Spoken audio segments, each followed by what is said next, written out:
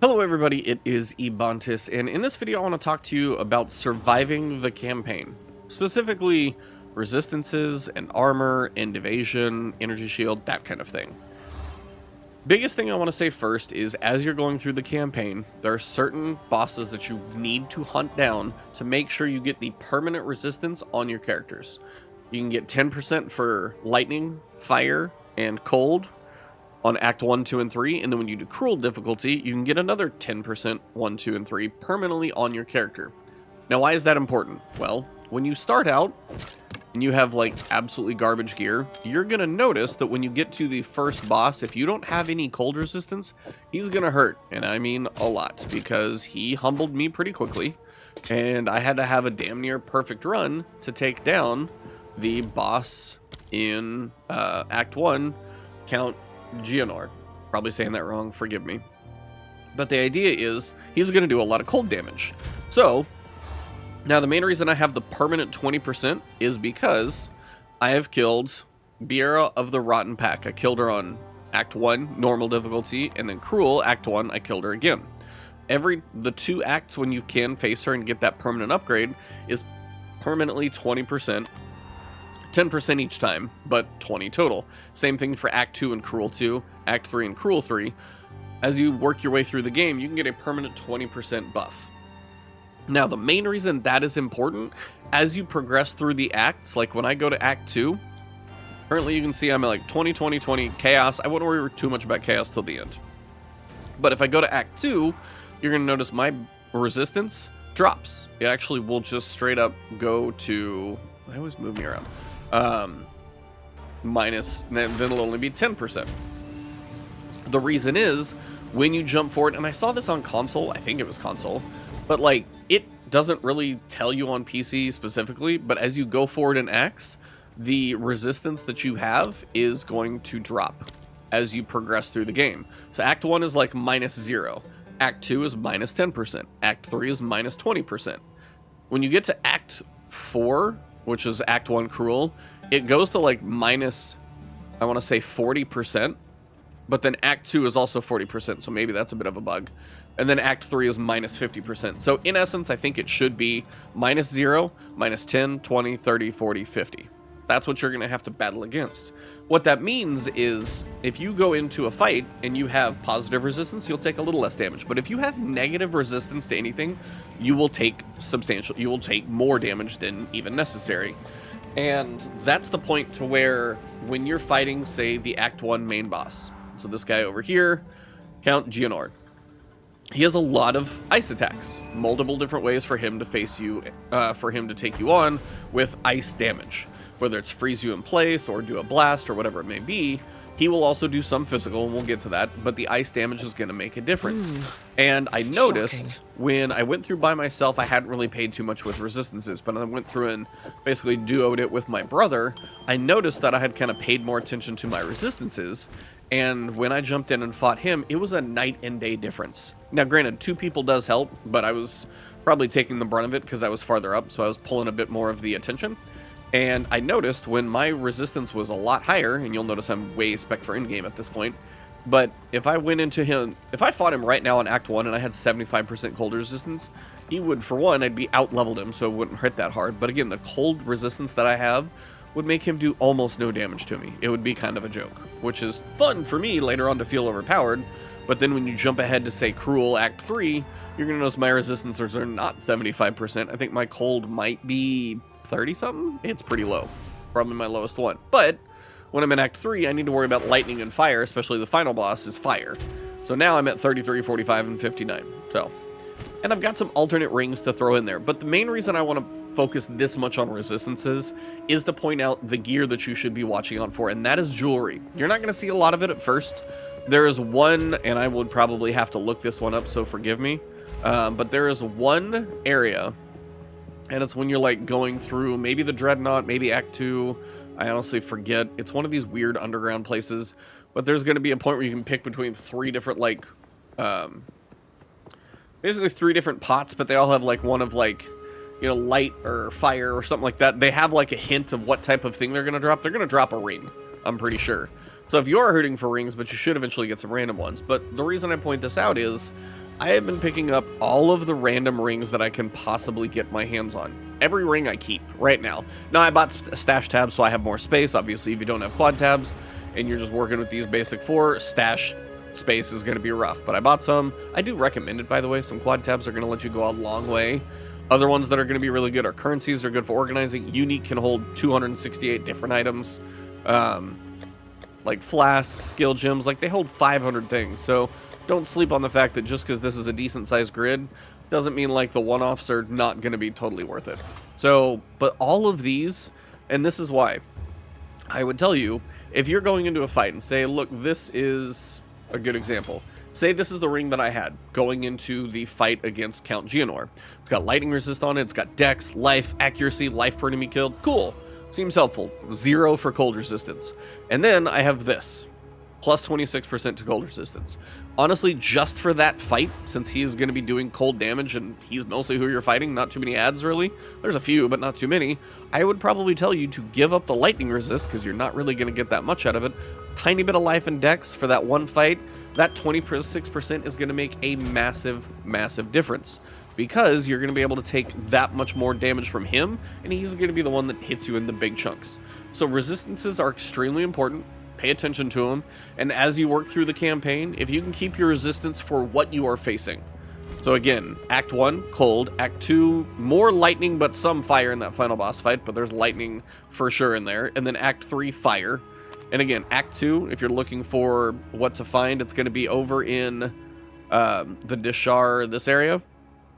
And you're looking for the Sisters of Garukon and the Spires of Dishar. And if you can activate that, it's like a book sitting on a shelf, and then there's these statues that activate. If you can get the resistance from that, that's the 10% for lightning. And then the 10% for fire is going to be in Act 3. It's underground, and it's over here off of like the Jaquani Sanctum and Machinarium.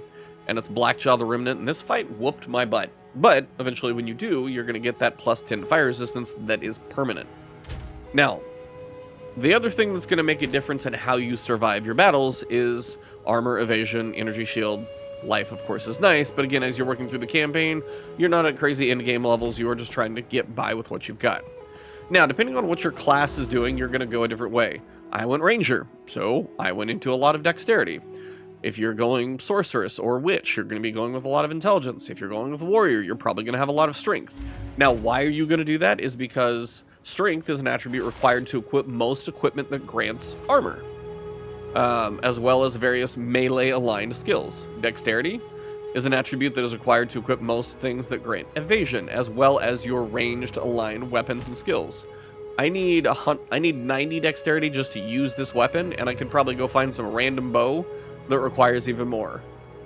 So, depending on what your stats are is going to depend on, like, the gear you're getting is going to depend on what you need to use. So, if you're getting hammers, you're going to need strength to be able to use that hammer, which in turn is going to give you the advantage to be able to use most things that give you armor. I had dexterity, that was helping give me stuff that gave evasion, and then if it's intelligence, you're going to be getting energy shield. So, the big difference comes with the way these work, and I learned this kind of the hard way by getting smacked around. I pretty much had to do almost a perfect fight, and by that I mean I went dexterity because I'm using bows and evasion, and this is just kind of the default of where I started going down the path. And then when you're picking up skills, like you can see, I need 133 dexterity to use my ice shot. I need 195 dexterity down there for those things. Stormcaller arrow, need 133 dexterity. So you also got to be careful. If you have a lot of gear that is giving you a stat and you go to replace that piece of gear, make sure if you take off pieces of gear that are giving you enough stats that you need, that you're not actually going to give up the ability to use your skills. Because if something happens and you change gear and all of a sudden a skill's not on your bar, that's probably what happened, and I can speak from existence. So pay attention to what your stats are versus your skills. So that's why for me, I definitely need to go dexterity to a point.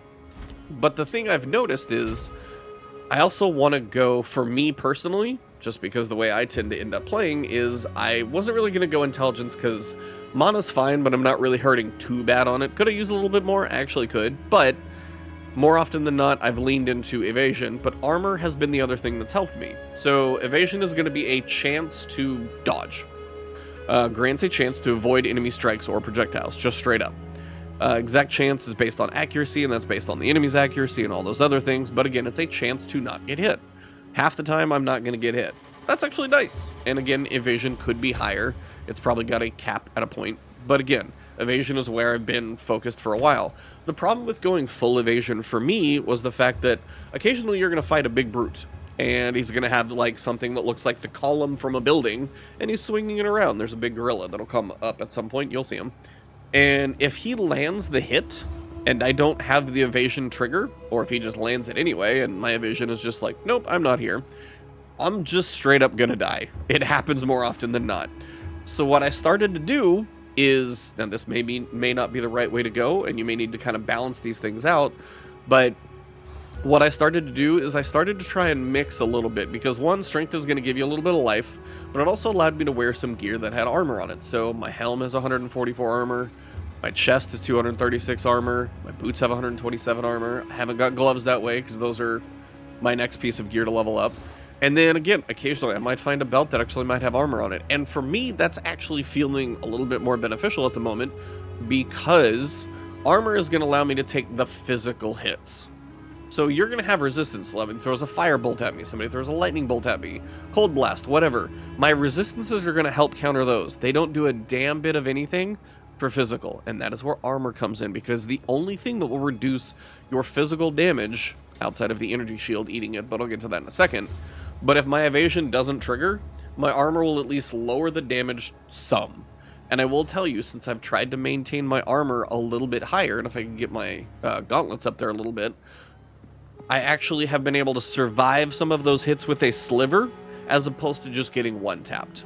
And this is on Cruel Act 3, so I'm managing to get by. It's not perfect, believe me, my build is far from exact, but that is one of those things that I've noticed for me personally as a ranger that I've tinkered with. I've got a decent amount of evasion, maybe if that was higher, but if I gave up all of my armor and just one of those physical pops clocked me in the side of the head, I'm done. Straight up, checked out, nothing I can do. And maybe it's because I don't have enough life right now, and that's just like where I need more maximum life on rolls, like max 28 life. That's a pretty crappy roll, versus if I come up to here, that's 52. Max mana, I've got some, which is not a bad thing. And again, some of it's just the stats of what's going to happen with your rolls. It's all just a bit of RNG and what you get lucky in. But I would say don't sleep on armor depending on what you're playing. Now, the other side of that is going to be energy shield, depending on what class you're playing. If you're going to be like monk, sorceress, witch, you might actually be flirting with the energy shield, because intelligence is going to be one of those things you'll be messing around with too. And you might get some of those mixed pieces of gear, like a monk might go some intelligence, some dexterity, because monk's going to probably have dodging because they're up close and meleeing. Same thing as like a warrior, and whoever gets in there, you might have some strength and some dexterity. So you might have a blend of your stats a little bit. But if I wanted to wear anything that had intelligence related to it, I would need to kind of get a little bit more intelligence up, because right now, if I wanted anything that was close to my level for intelligence, I probably would not have enough of a stat to wear it and get energy shield. So at this point, I've leaned into strength more, because at least if you pick two, like I've got enough dexterity. Now if I pick strength as something else to focus on, that's going to allow me to wear some gear that gives me armor. And again, those physical giant one-taps are going to be less brutal to me. Is this a perfect system? No, and if you're getting into blocking, that's a whole different system. I do have a shield as an alternate weapon where I can literally just throw up a shield as a backup thing, and the only reason I can again wear it is because it's half strength and half dex, because it gives me armor and evasion, but it has a little bit of a chance to block. I haven't really like mastered the switching between stuff. Like you can literally be in the moment, click raise shield and it'll switch over, and then I can click fire and it'll switch back. Haven't really mastered that yet, but it is something that I'm sure some like elites probably do. But the main thing I wanted to also touch on was just energy shield, because it protects your life by taking damage instead. So it's right here, the shield would be this number. It would take the damage first and then go over the top with your life would take the rest of it. It will recharge rapidly if you don't lose energy shield for a short time, so you can stay out of dodge, you might be okay to get it back. Chaos damage will do it twice as bad, that's why in-game is going to be brutal for some people. Damage from bleeding and poison skips the shield entirely. So if you're bleeding or you're poisoned, energy shield isn't going to matter. So if you don't have much life, but you're leaning into your energy shield, that could be a bit of a problem if you take one of those two types of damages. So the main thing I just wanted to cover and harp on in this video was pay attention to your resistances. Keep every piece of jewelry you've got that's got any type of chunk of resistance on it. You may be able to roll it with a Regal orb or any of these other things. Like this one here, I'm not going to do it right now just because I never know if I'm going to use the take of the video. But like, it would be an easy one to just go Orb of Alchemy. I'd probably save those, but I might go like Transmutation, Augment, and then Regal. And if I get a decent one right there, at least I know I've got cold resistance, and then I've got 3 other things going on. And it might be worth a point where maybe it's better than what I've got. So that's kind of why I would say hold on to basically every piece of jewelry. You never quite know when you're going to need those resistances. If one of your pieces of jewelry doesn't give you any resistance and you've got one of these, spend a couple of those little magic orbs, get yourself a couple of mods, and take that into that boss fight so you can have a better run. Pay attention as you're going through the acts. Remember, Act 1, Cold, Act 2, Lightning, Act 3, Fire, and try and find pieces of gear that are going to give you those resistances and hold on to them. They may not be perfect, but for that one boss fight, if you switch out one piece of gear that gives you like 20, 25 more resistance, that could be huge for how much of a chunk of damage you take on a hit or things of that nature. And then also, if you're struggling with those big physical pops, Armor is where you're going to get that, or Energy Shield, depending on your class that you're playing. That's how you're going to be able to take those bigger chunks sometimes and survive. So hopefully this helped you. I know this is kind of a weird, long-winded explanation, but the resistances go up as you progress through the game. They will help you with Fire, Cold, Lightning. Chaos is in the game. That's a separate video, basically. Evasion, it's going to be your Dexterity stat. Armor is going to be your Strength stat. Energy is going to be your Energy Shield's your Int stat. But pay attention to what stats you have. I need Dexterity to use bows in my skills. You may need Strength or otherwise to use yours, so make sure you pay attention to the stats that you need. But again, Armor is going to be your physical. Energy is going to be able to take a big shot of damage, depending on what you take. And again, you may have a big Energy Shield and get that back quickly, and you may not need Evasion because you're going to Sorceress. Doesn't matter. Everybody's going to play all of this a little bit different. Resistances everyone has to pay attention to. This little triangle is going to be a little bit different. But if you're, say, having trouble with big physical pops, this is where you're going to be able to survive those a little bit better. So consider that if you need it. Hopefully this helped you out, and I'll be traveling this week, but hopefully I can get a couple videos scheduled up for everybody here. If you're enjoying the content from me for Path of Exile, I've got more of that coming between now, and I'll be playing this thing for a while. I'm loving this game. So thank you all very much. Have a good one. Hit that subscribe button, hit the alert bell. It's a great way to support the channel, and hope to see you come back soon. As I said, I'll be out of town, but you can always find me on Twitter or Twitch as Ebontis, everywhere else as well. Have a good one.